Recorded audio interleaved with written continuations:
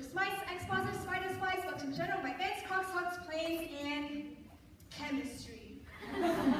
Lately, even my high school reputation has been at an all-time low, just because I'm too afraid to take a shower. I mean, who even does that kind of stuff anymore? Right? And sometimes I ask myself, is there anything that I'm not afraid of? Well, I'm afraid that I don't have an answer. Fear. It builds us, it ruins us, and it destroys high school reputations. I need help to try to find a way to solve my problem, and to do so, we will delve deep into fear itself. First, we will try to identify what exactly fear is. Then, we will creep into your minds to find out where fear comes from. And finally, we will slither into how fear affected people in the past and how it affects us today. Fear. An unpleasant emotion caused by the belief that someone or something is dangerous, likely to cause pain, or is a threat. Having fears and being able to anticipate threats allowed our ancestors to survive and pass on their genes. Well, not these kind of genes, but anyway. Having a sense of fear allows people to avoid certain threats, and just like emotion of intense fear, the expression of intense fear is all too familiar. Let us take a look at one of our old ancestors, face to face with a saber-toothed tiger.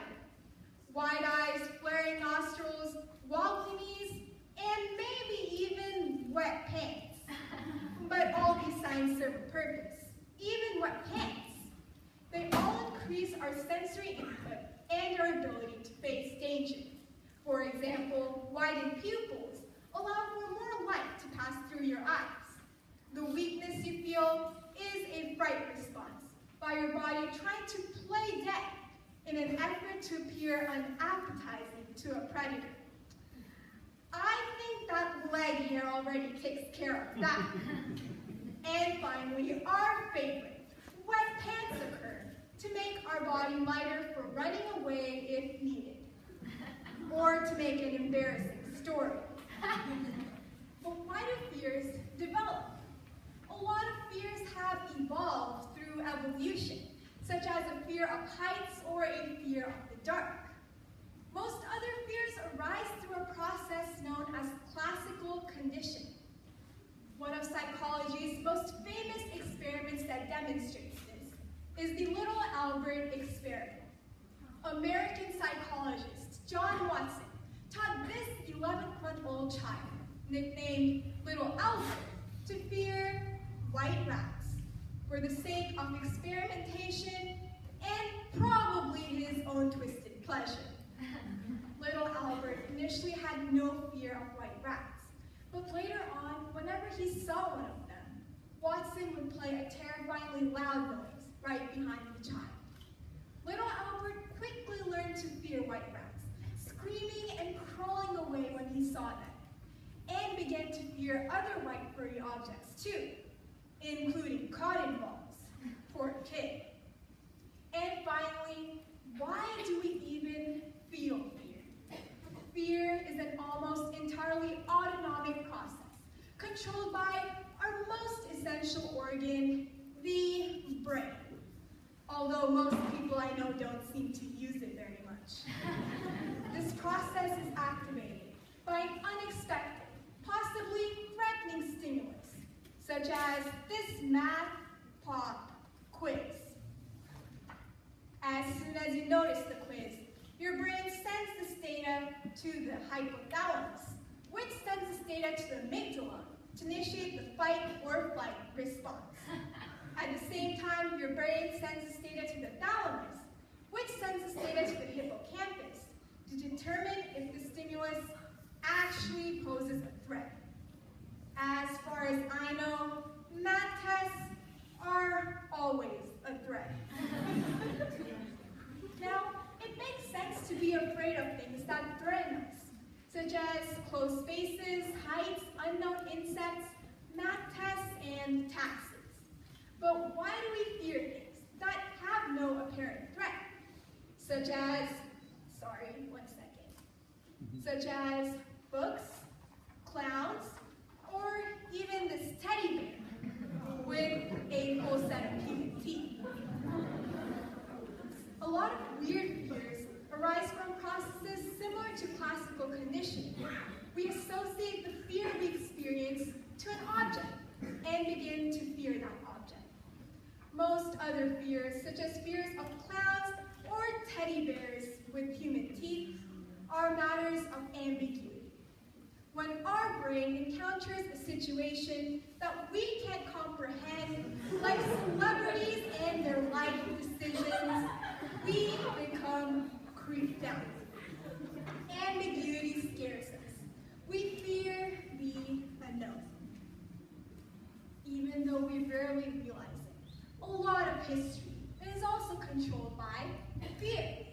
Take, for instance, the early to mid-1900s in Russia, when Stalin, a period known as the Reign of Terror. You see, Stalin had a very special way of keeping all of his people happy, by removing all of those who were unhappy. You see, in communist Russia, everyone was equal, but some people were more equal than others. He even maintained a secret police force called the Cheka to keep a check on his citizens. Stalin used this fear that he instilled in the people to create a cult of personality around him. He had authors and poets write odes to him. He even renamed the city to be called Stalingrad, which made some people not so Stalin glad. Even these actions committed by Stalin were driven by his own fear of losing power.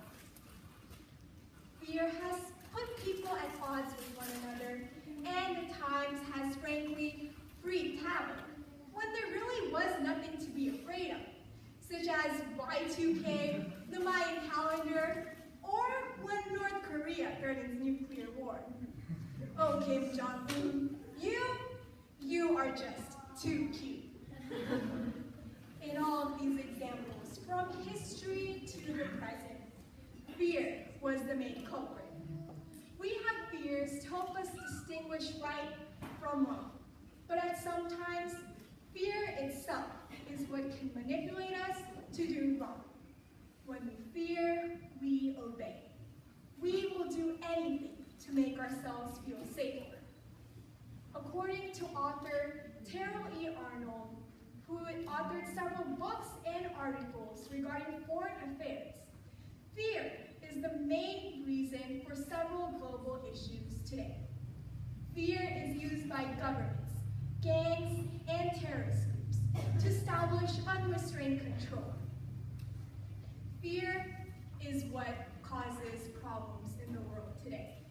Although it is acceptable to be fearful of the things that threaten us, we cannot let fear make us the instruments of power.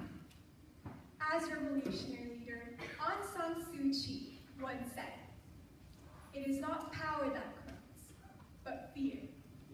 The fear of losing power corrupts those who wield it, and the fear of the scourge of power corrupts those who are subject to it."